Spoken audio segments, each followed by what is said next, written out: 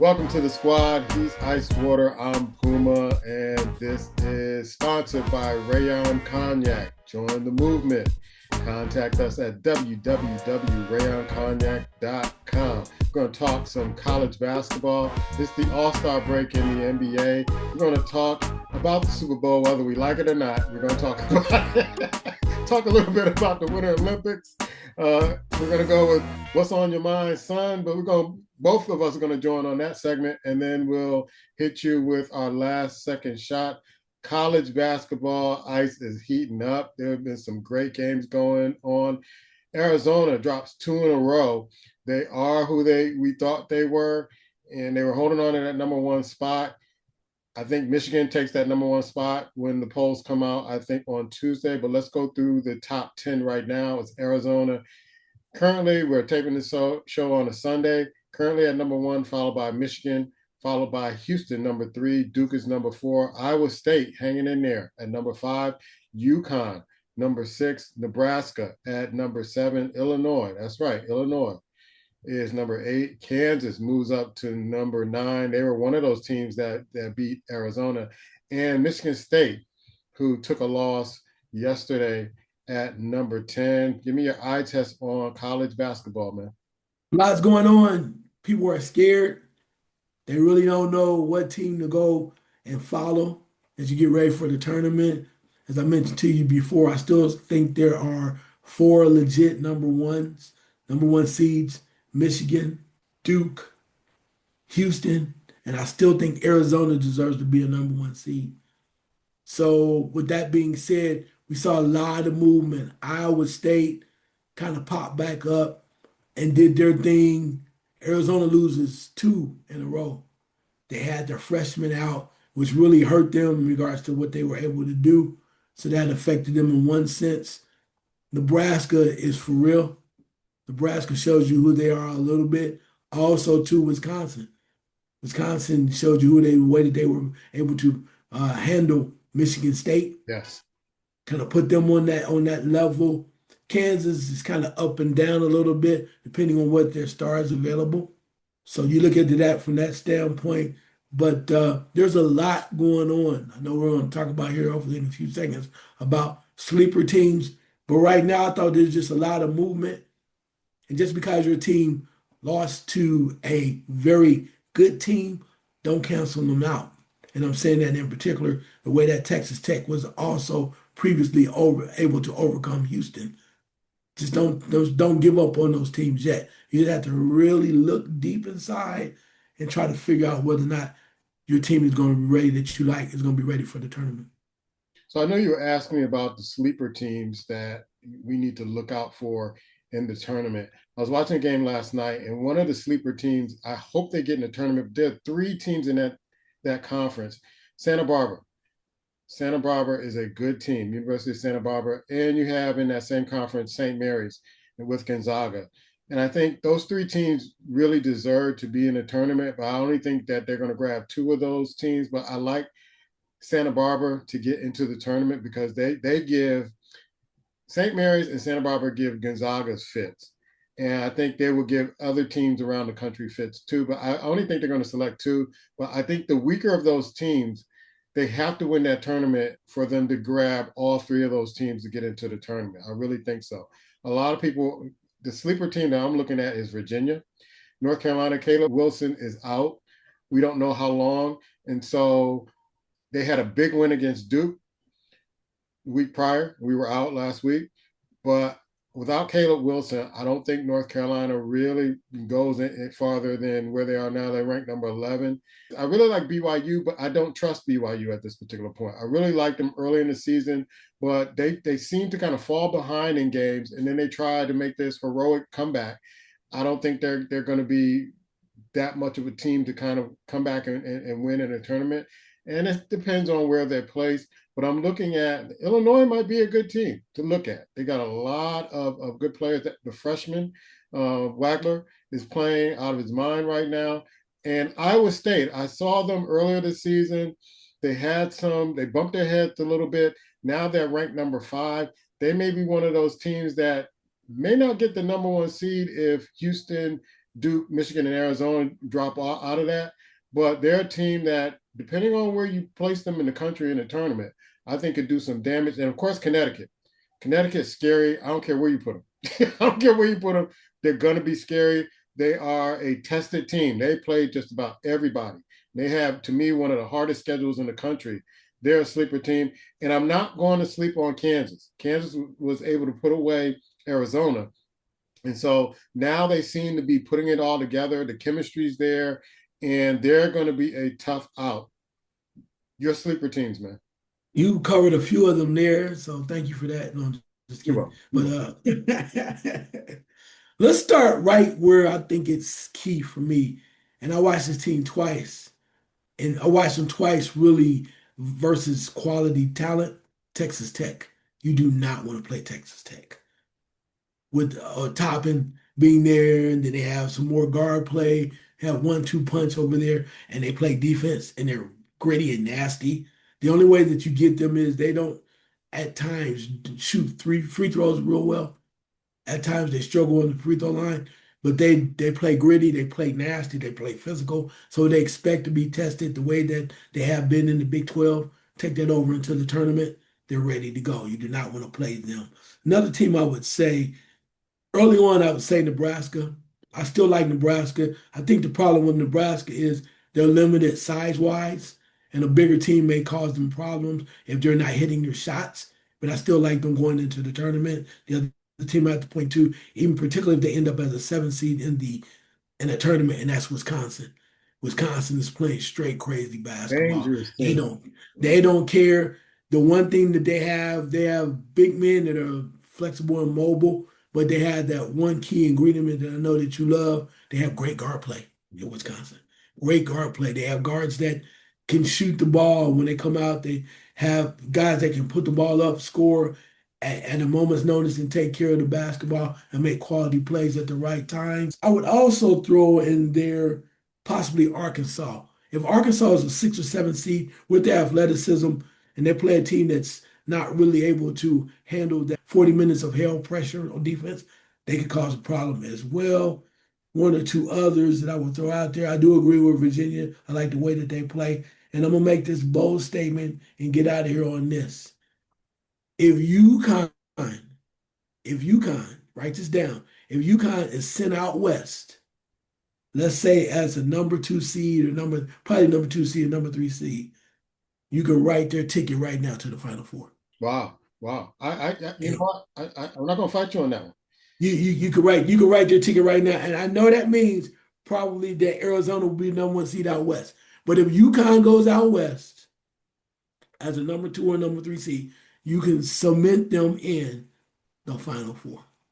I saw an interview after the St. John's game against Providence this weekend, and they were asking Coach Patino, about UConn.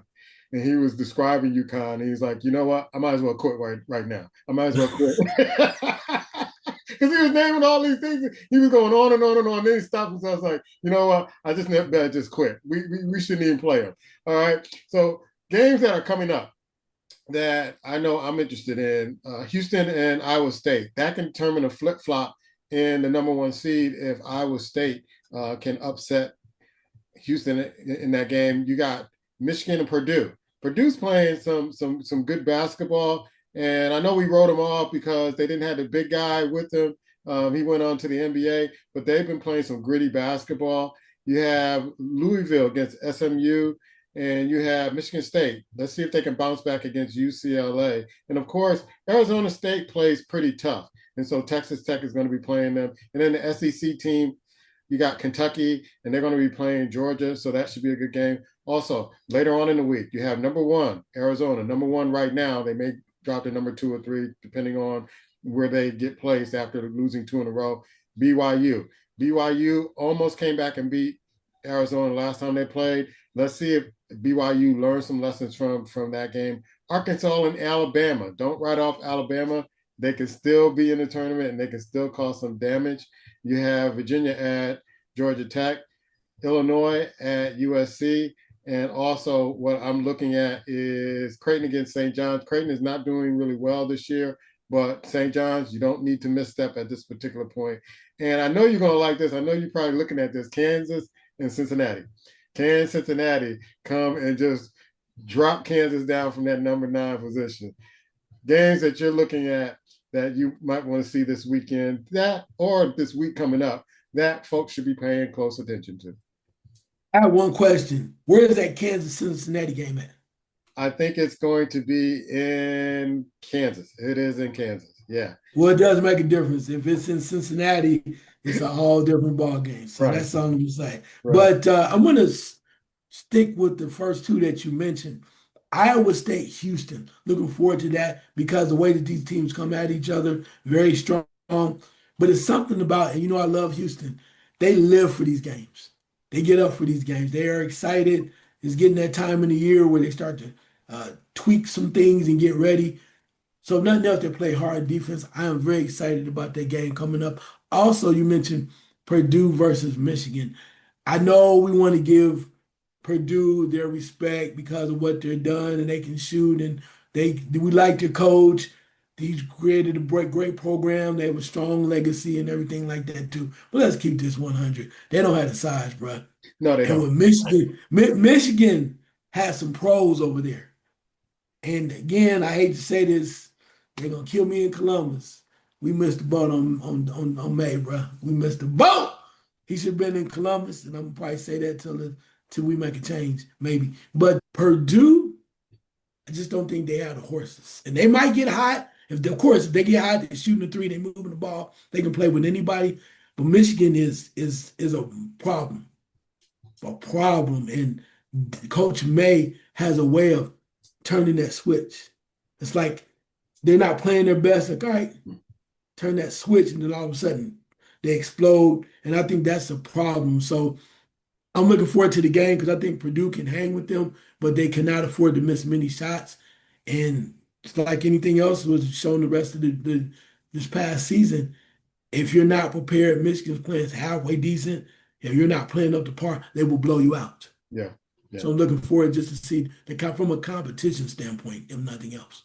Now, next Saturday, going to be some headliner games. You got number 1 Arizona at number 3 Houston.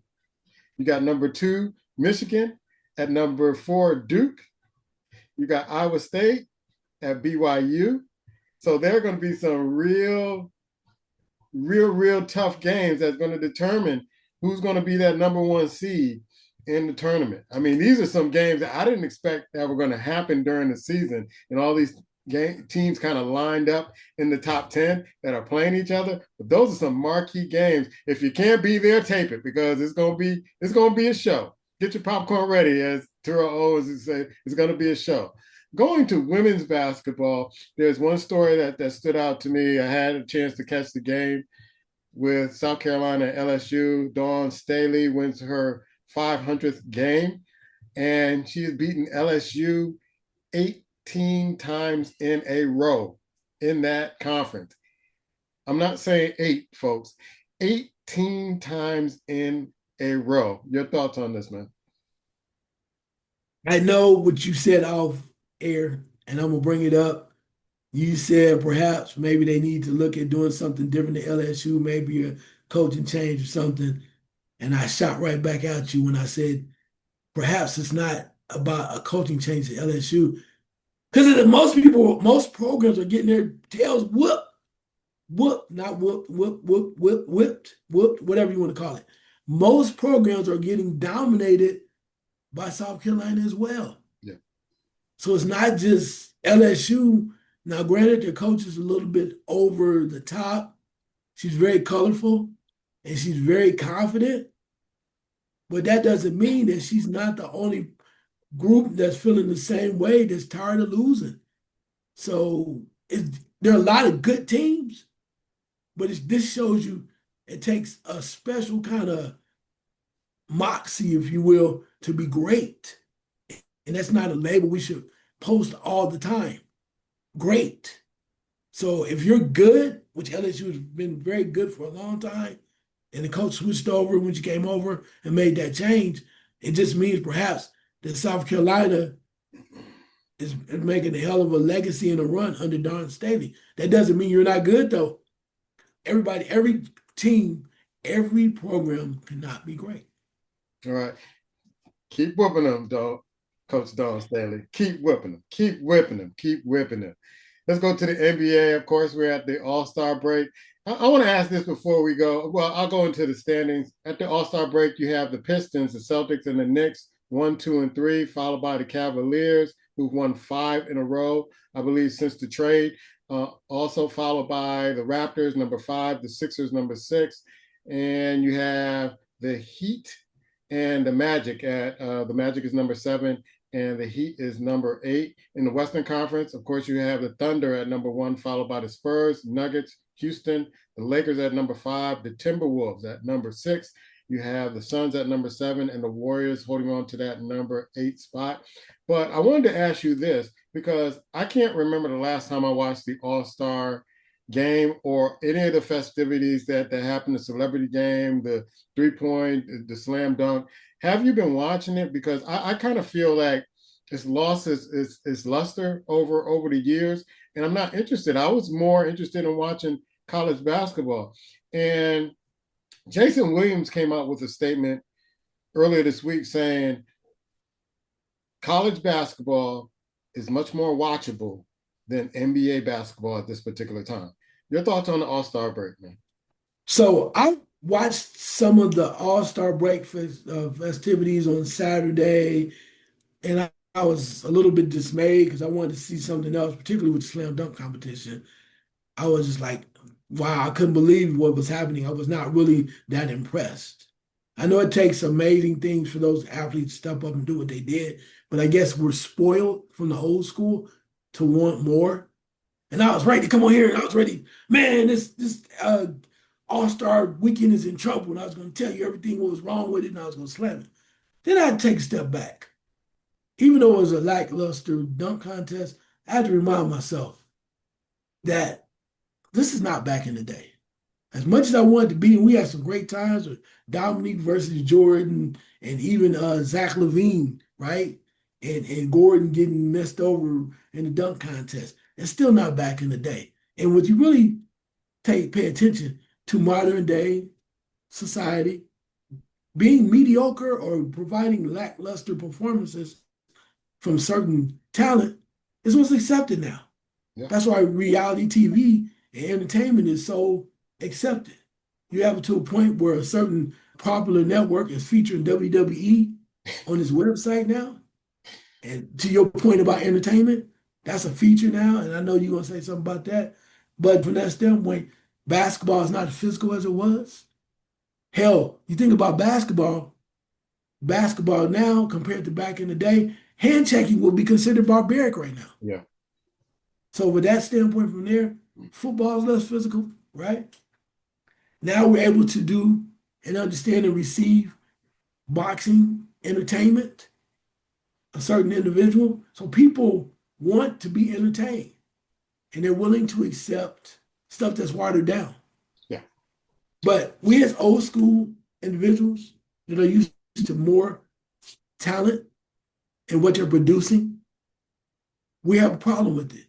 So we need to put our stuff on the back burner and understand this is what it is. We may not always agree with it, but that's the way that they do it. Maybe we need to turn it off and find something else to do. But in regards to the All-Star game, I see that it is what it is. I see now they're having the world versus America versus the world and everything too.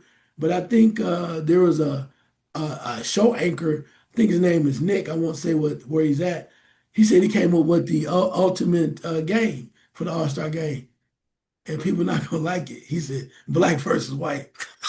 Who won't watch that blowout? I mean, who won't watch that I'm blowout? just saying. I mean, you want to raise the temperature? White players, that it's like white players versus black players. I'm not saying you should. It's just like when we hear this nonsense, as much as people like Luca and he's the number one vote getter and everything, like I said, I don't want to put race in it, but it is what it is. Who's the greatest white player right now all time? Is it Luca? Hell to the no. Like my man said, Larry Bird was 6'10", 240, and he was mean. and he could play. Who else is better than that? I love Jerry West. But the stuff Larry Bird did, he made people better. Jerry West was an individual guy that had all the heart in the world to play against anybody. But who did he make better? So those, I mean, sometimes you gotta throw race in there to keep it spicy, get people going. So maybe we do see that. Maybe we do see that. I ain't mad at it though. It has nothing to do who I think will win. I'm just saying, y'all want something spicy? Let's make it spicy. That we're looking at this country anyway. A lot of people feeling that kind of way anyway. Let's make it spicy. Every time something go wrong or you want to pique people's interest, you always throw race on it, don't you? That's not going to work. And the thing is that these guys play like they don't care about the game. And we used to, when we watched the All Star game, we wanted to see who was the best, the Eastern Conference or the Western Conference. That's and they played defense. And it was pride with the games. Who is the best conference? There's no more pride in this game anymore. They don't care. And so if they don't care, the fans don't care. So they're trying to throw all these celebrity games and all that stuff. Not interested in watching that. And so one of the things that, I look at is entertainment. I can go and entertain myself doing something else. And that's what I've been doing for the last few years. I know that Kevin Garnett, he said that it went all downhill when Kobe and LeBron were playing against each other, and Kobe challenged LeBron, and LeBron backed down. And he said from that moment, it took all the luster away from the All Star game because it was that competitiveness, best player going against best player, best conference players going against the best conference players. And it was that pride going against that. We didn't want to lose because we feel like the Eastern Conference when they were dogging the Western Conference because it was too finesse, or the Western Conference when they were just too fast for the Eastern Conference. We missed that. And that's not where it's going. Another story that came out this week is that NBA Commissioner Adam Silver said he would seriously consider removing the NBA draft and turning rookies into free agents to stop teams from tanking. Of course, we know that there's an investigation of several NBA teams that are being accused of tanking to get a higher draft pick. I, for one, think this is a great idea. What say you? Ooh, I don't know about the free agency because with free agency, the rich get richer, the poor just kind of get out the way. So I'm not sure if I really like the free agency because that goes back to the point where probably a little different though when the Boston Celtics way back when drafted Larry Bird a year earlier because to have his rights. So it's like, how the hell you do that? When you start, well, he's not coming out, but we're gonna draft you now, even though he's gonna play his senior in college, right? So it's like the rich gets richer. I would say this that from the standpoint of stopping them from tanking, I think what you do is you have like a penalty where if the team, if a player's not hurt, and you can prove that they're not hurt as far as the injuries are concerned, then you got to make it possible for them to play. The other thing too is, as long as you have the lottery, even though we may think some of that is fixed, there's no guarantee anyway. This is not the NFL football, so there is still a chance that you may not get that pick anyway. Now you might end up top four, top five at the end, but the tanking thing too is, I would say there is a certain you have to come up with a very unique way to make sure that they don't tank. And by doing that, you say, okay, well, we think this team should reach this record by such and such and such. But if you don't come up with this certain amount of scoring this amount of points or showing that you're giving effort, then you get a fine. They can do that. They can do that.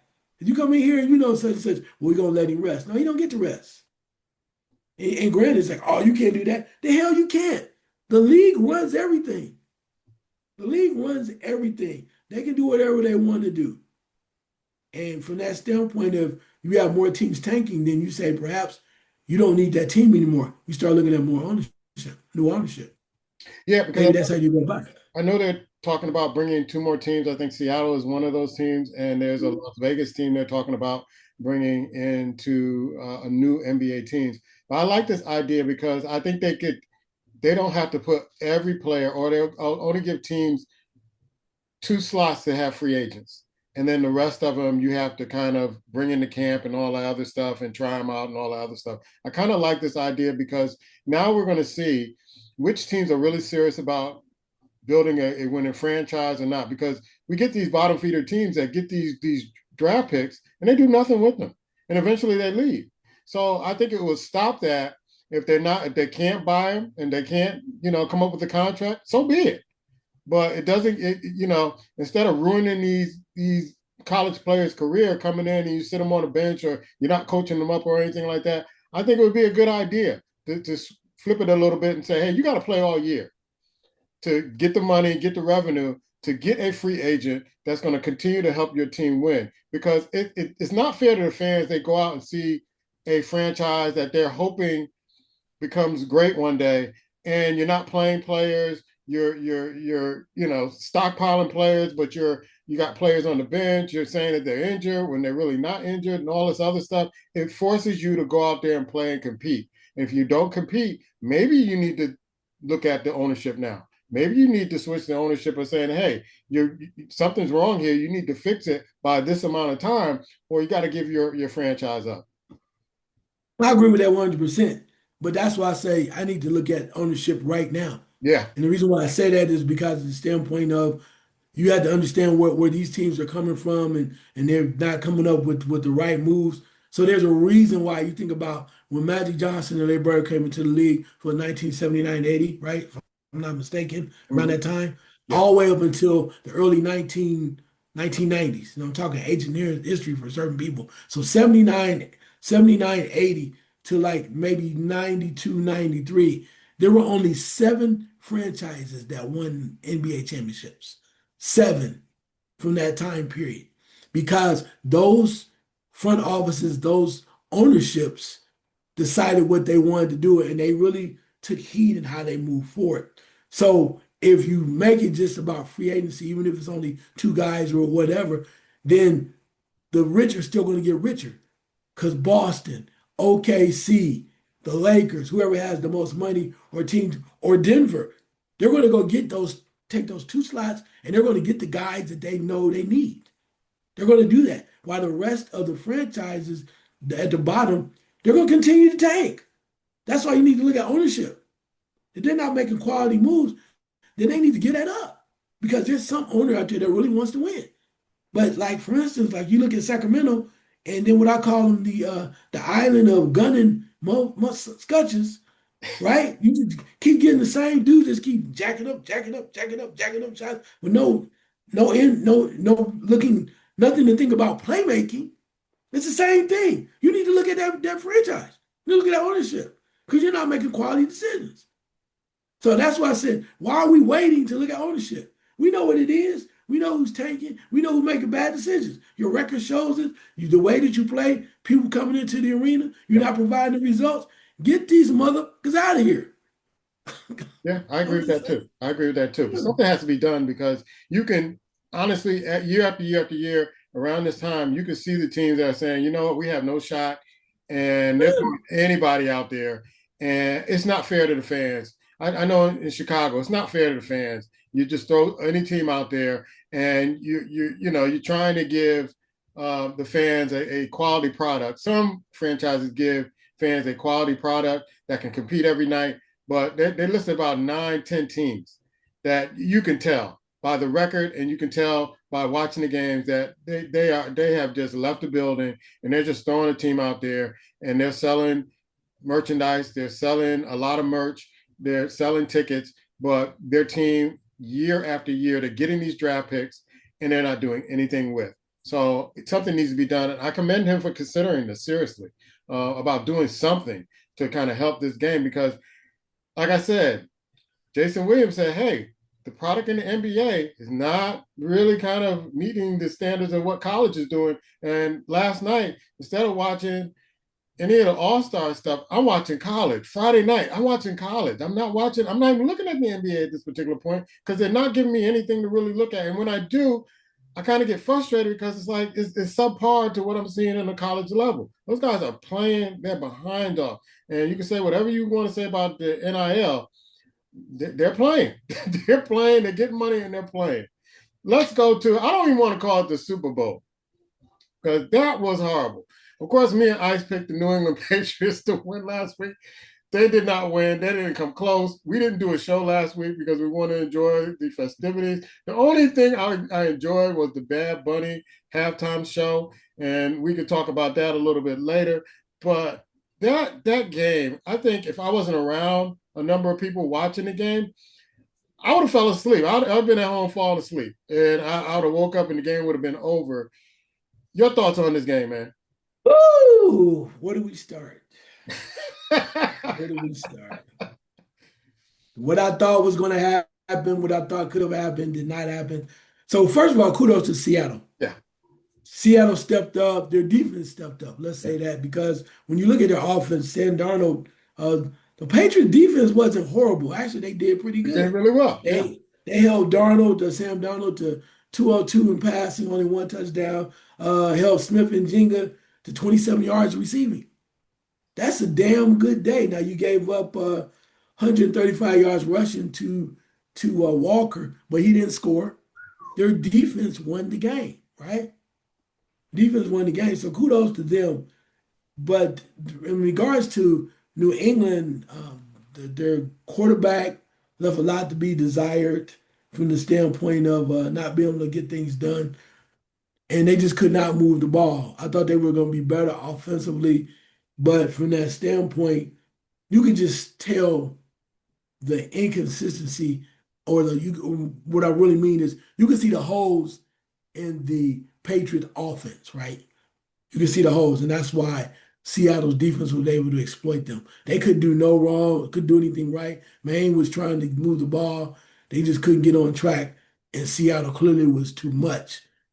So with that being said, I'm gonna go back and I'm gonna just say this, that I don't think, even though they got through and I wanted them to win, I don't think New England was really the best team coming out of the AFC. They got through, and Denver lost their quarterback, so I get that. So we're not gonna say that New England was able to get through. But then again, I'm about to throw that name out there. I'm talking about Buffalo. yeah, And yeah. I'm not gonna talk about the refereeing. I'm not doing that no more. I'm going to say this.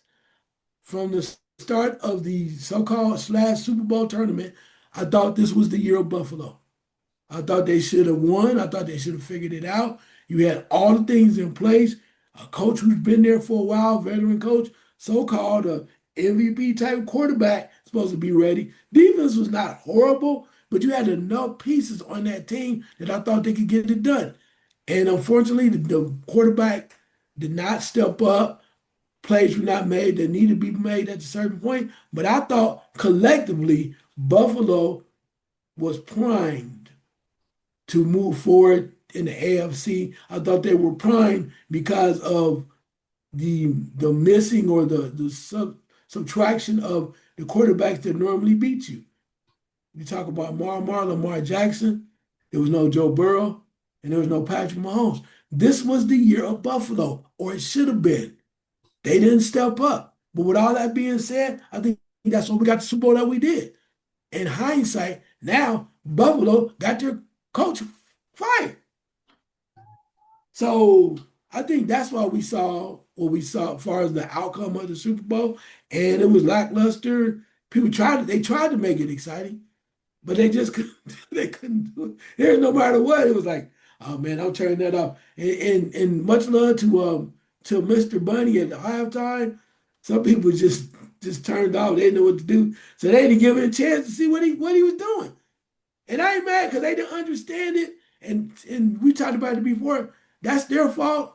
But I just think overall that the first half of the Super Bowl was just so damn bad. People was like, you know what? Where the chips at? I don't even feel like eating no more. This is so bad. I'll say this: that the game was very much lackluster. You're absolutely right. Buffalo missed the boat on this, and it was their time, and they didn't capitalize on it. I am not a Bad Bunny fan, but I, along with Coach Prime and Michael Irvin, felt it. I was with some people. My boy Fausto, shout out to him. Thank you for the invite.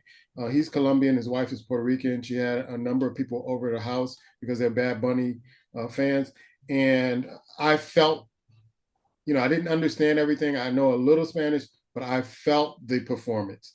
And then I had to go back and look at what the symbolism was about the performance and talking to people about it. And it made it that much more greater. If you really go back and you really want to understand, I'm talking to people who really want to understand, not just discarding it.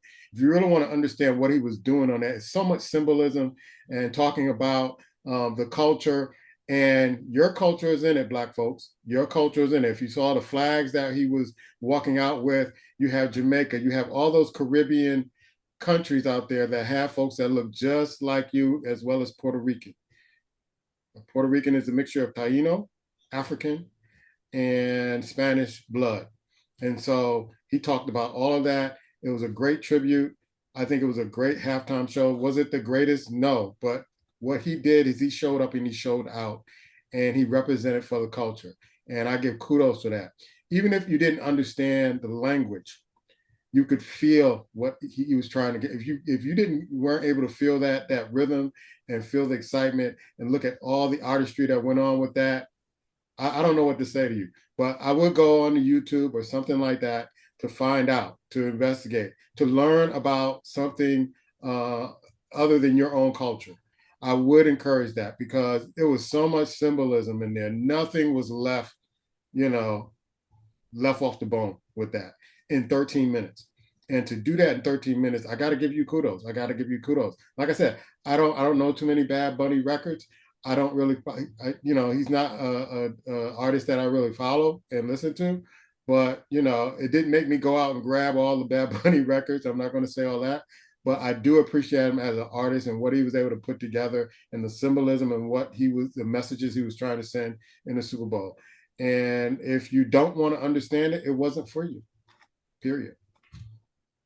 I get that. I think I'll say one last thing on this point is if you took enough time to go back and watch the performance of Kendrick Lamar and watch the certain individual on the crib walk, you should take 13 minutes to go back and watch what Bad Bunny was trying to get across, right? It's worth that.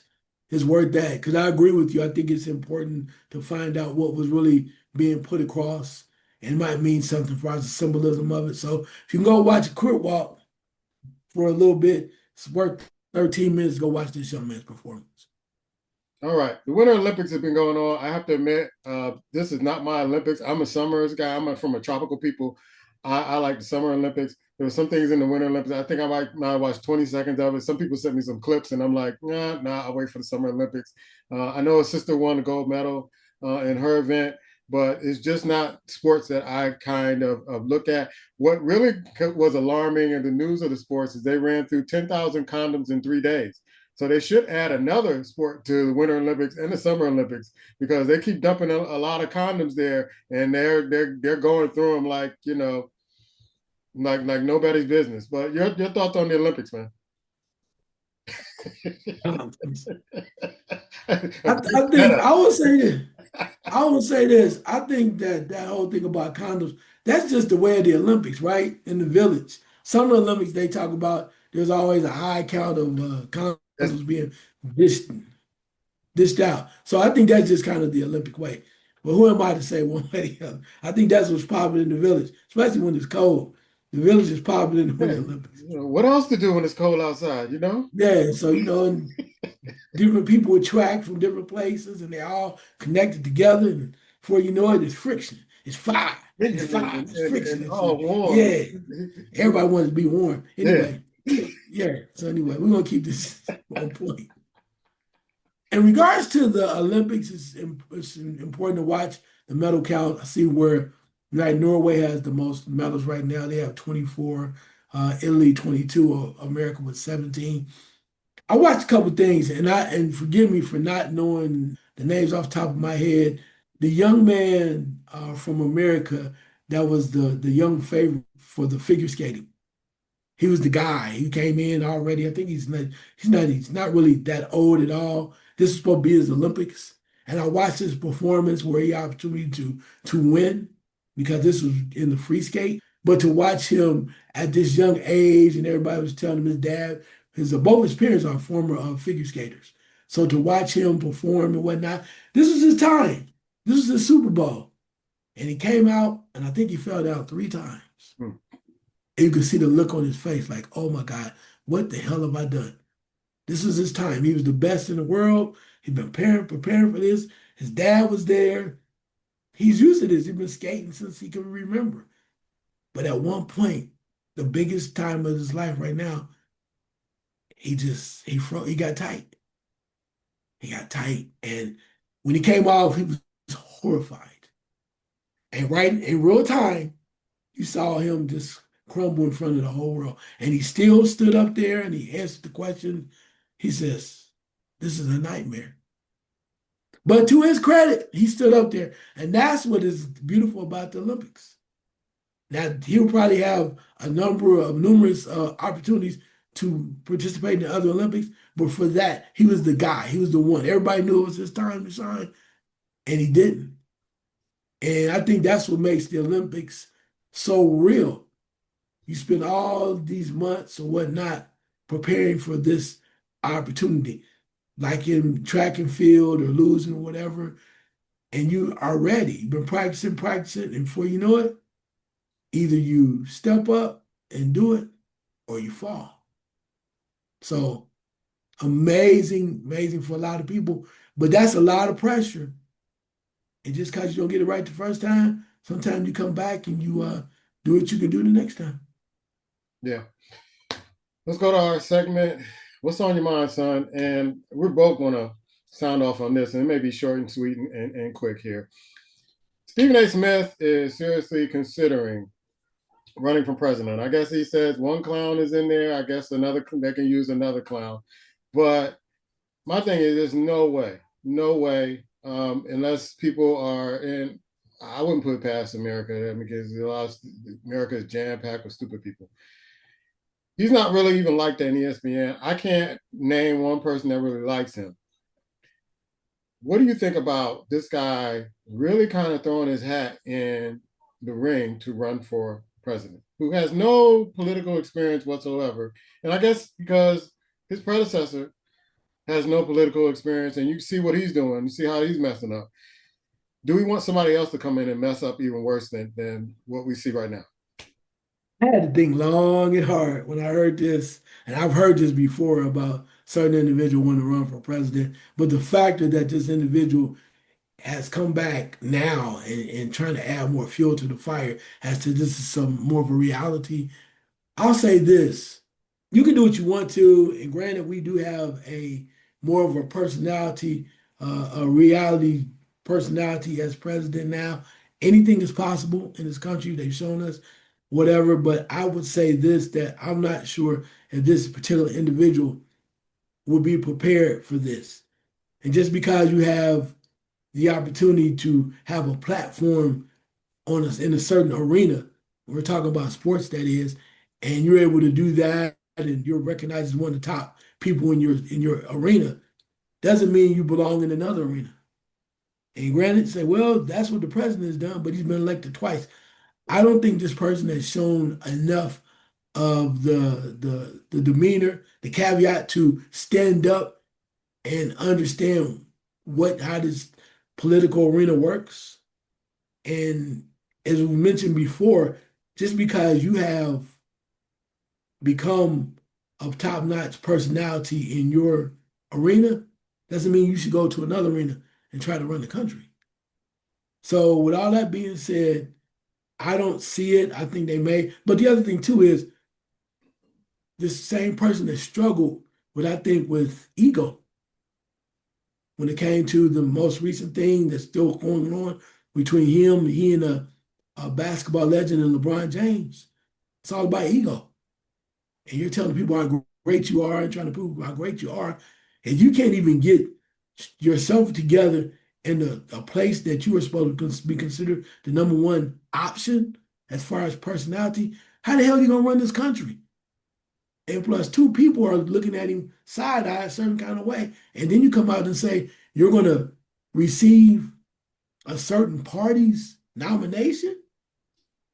You're not going to even make it because most people look at you side eye. Are you crazy? If anything, you should go independent. where there's nothing, people don't care. People of color see you. And I think most people with color would go, we see what you try to do. You're trying to run game on us. But we are the ultimate people that understand the game. We've been dealing with this country, dealing with games for years. And we be damned, you gonna come over here and bring some BS to us now, try to get one over on us. You gotta do better than that because we see you. And you know we see you. So you can say what the hell you want to. I'll say this. It's great to say this, but it'll be another thing until you make it happen. Other than that, I'm gonna reserve. It's a lot of wolf tickets being sold, but until we get to the point where it's real, you just running your mouth. And I'll say this last thing on this. This is a quote. I thought it was from Colin Powell, but it came from someone else earlier. Vision without execution. Again, vision without execution is mere hallucination. Yeah, yeah. He, what he I don't think understands that when you start running for a political office, they're going to find all the stuff you were trying to hide and all the stuff that you thought that would never come back out, and they're going to expose you. You've already been exposed. You've been exposed a lot. We all know you're a fraud. We all know you're a clown. Not one person I know doesn't feel the same way. And I ain't worried about you coming at me because I saw the footage when you were exposed on your fighting skills. So run up and get done up, bro. Run up and get done up because they already exposed you. They already exposed you for who you are. You're fake and you're a phony. So, I hope you see this clip. I'm in Chicago. Anytime you want to run up, get done up. I'll give you the address. DM me, bro. DM me because I left you alone for years ago because I saw you long before all of this. Yeah, yeah, yeah. You're gonna get exposed, and you're just doing this for publicity. Maybe your podcast isn't doing that well. Maybe that's it. Maybe you want more popularity. Maybe you see some opportunities that you can get your name out there, and you can get some more opportunities. Maybe a political talk show. Maybe Fox will hire you. Maybe that you'll get something like that. But this is going to be a disaster for you, and you're going to be embarrassed, and you're going to lose your little job at ESPN, saying some stuff you ain't got no business saying, and doing some things you ain't got no business doing. So have at it, man. Have at it. Get exposed, and we'll all see you after this is all done with. Last second shot, bro. Woo, that was a lot. Thank y'all for listening and stay on with this accord. But we're gonna lighten it up a little bit. Something that you might enjoy about the NBA. I did a little research, and something that has come across my mindset is this: the Golden State Warriors franchise, right? Been looking at the moves they've been making or have not been making. We saw with the point where Jimmy Butler is out for the rest of the year, and we also thought about, or I thought about it, what does the future hold? What's next for the Golden State? Of course, I know Puma is excited about what's next for his boy Draymond Green, one of his local favorites. But here's what we're gonna say to you.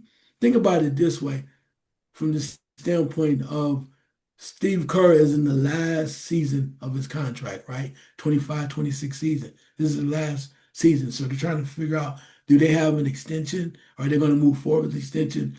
You think he's going to come back? I'll say this. I think he will sign an extension. It's going to be short-lived because something's going to happen next year. The year 26, 27 in the season is the last year that Stephen Curry, Draymond Green, and Jimmy Butler are regulated to the Golden State Warriors. After next season, they all become free agents. And I think it's that point, either Stephen Curry walks away, Draymond Green does what he does, Butler does what he does, but you also can see Steve Kerr walk away because they're all connected maybe together. Maybe it's 2 more years of a ride. Maybe it's 1 more year. I think they all collectively go, hey, we'll get this, whatever this run, wherever it may be, 1 year, 2 year. Because I think Curry and Kerr are connected. They're going to be intertwined when they walk away because after that, there's nothing else to do. So watch that very closely, how that works out.